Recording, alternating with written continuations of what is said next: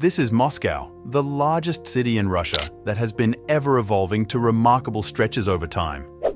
Moscow has been strategically developed to handle its ever-growing large population and a sprawling area, which includes the construction of ring roads and radial highways to facilitate efficient movements across the city.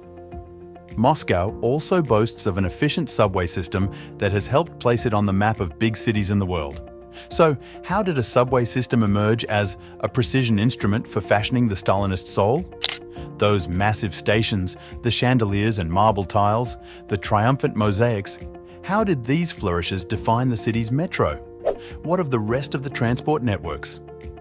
Join us today as we explore Moscow's transport network and how it has helped shape the city to what it is today. Moscow's transport system is like you've never seen before.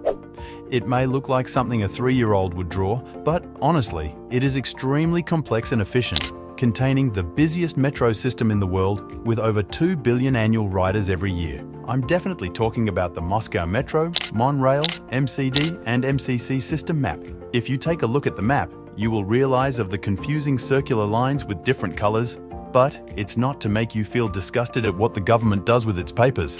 Each color identifies a different line of transport, and obviously, there are usually tons of them. Let's focus on these 3 lines: the Bolshaya Kotsevaya line in teal, the Moscow Central Circle in red, and the Koltsevaya line in brown. They are transit lines that are actually orbital and have been extremely important for the geniuses of Moscow. Orbital lines have been very crucial in major metro systems, allowing for more direct travel between different parts of the city, and without them, a purely radial system will force passengers to move inwards to the city centre to change lines and then head outwards, making journeys longer, less efficient, and also overburdening to the central stations. The Koltsevaya line links to 12 stations that form a circle around Moscow city centre.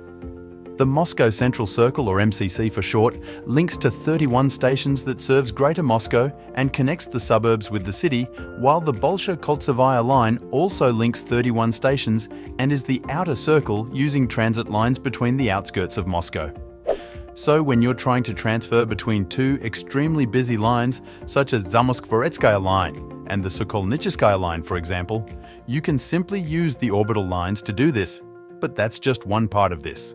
Moscow's orbital lines have been carefully planned to intersect with multiple radial lines, ensuring ease of transfer and connectivity, which is so marvelous than any other city in the world. As of 2023, with all forms of public transportation combined, Moscow has a total 440 stations and a line length of 503 miles, with the metro containing 263 of the stations and 279 miles of tracks between its 15 lines. It serves not only Moscow, but also other cities of Krasnogorsk, Roitov, Lyubitsy, and Kotelniki. With only $2.2, you can easily buy a ticket for a single day that allows you to change trains as many times as you wish with no limit on distance or time. Also, in October of 2021, the Moscow Metro became the first metro system in the world to offer face pay to their customers, which means passengers can now pay for their rides even without taking out their phone, metro, or bank card, which therefore increases passenger flow at the station entrances. The Moscow Metro is the world leader in frequency of train traffic. Intervals during peak hours usually don't exceed 80 seconds, and they are the first and only country in the world to switch to the schedule. Moscow Metro also stands out in other ways too, like its beauty. And besides being the busiest metro system in Europe, it's also a tourist attraction in and of itself because of how beautifully the stations were built.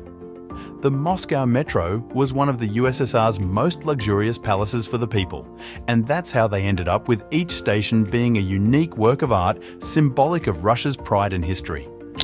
Moscow's total transportation systems include future plans till the end of 2026, and they have been at the forefront in trying to achieve this. Currently, not everything is complete, and on paper only MCD 1 to 4 are complete, leaving MCD 5 to be completed by 2026.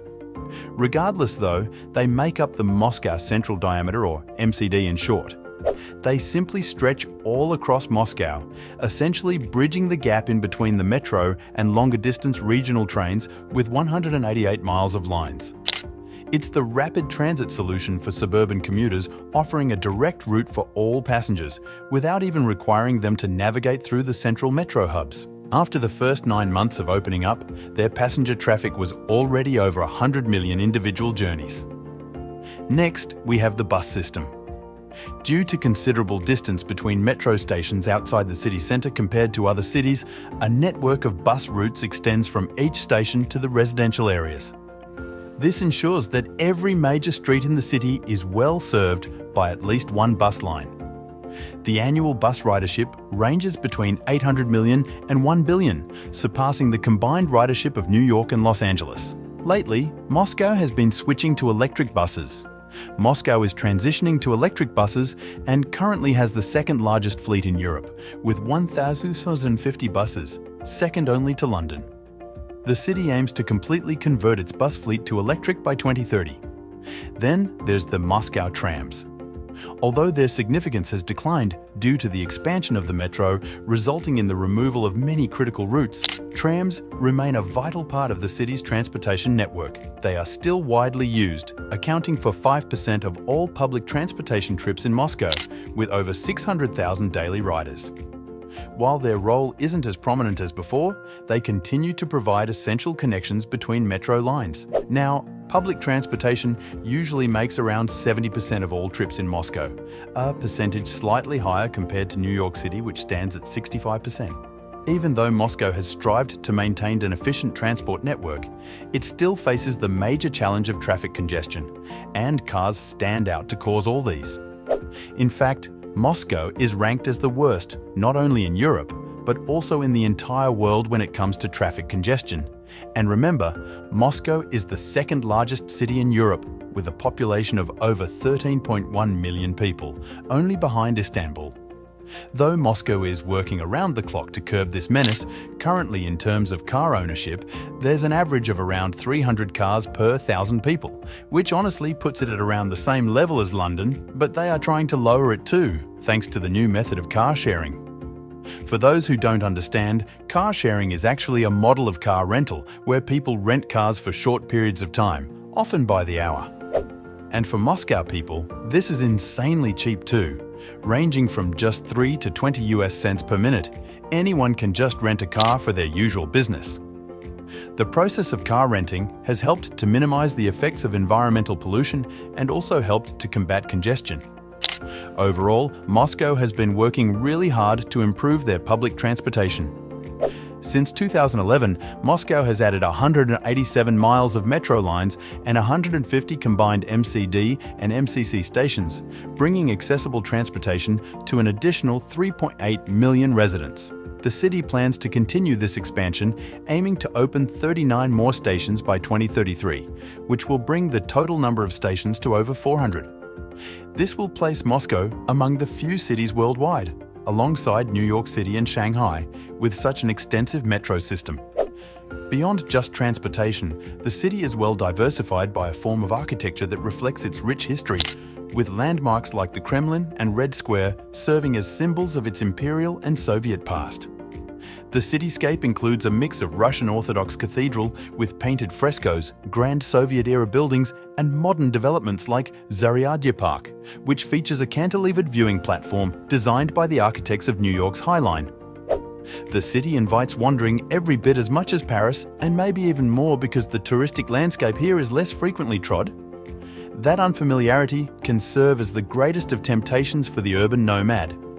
It may take you to the leafy courtyard of an obscure but evocative Russian folklore museum, to a rooftop bar with a smashing view of the metropolis, or to one of the underground people's palaces, those vaunted stations of Moscow Metro like Mayakovskaya, with its futurist form and brilliant ceiling mosaics that elevate 24 hours in the land of the Soviets to high art 33 meters below. All in all, Moscow is pretty well designed and connected in an efficient way. And while it can look chaotic sometimes from an outside perspective, it is actually better than you can imagine. Thanks for watching. Remember to subscribe and wait for our next episode.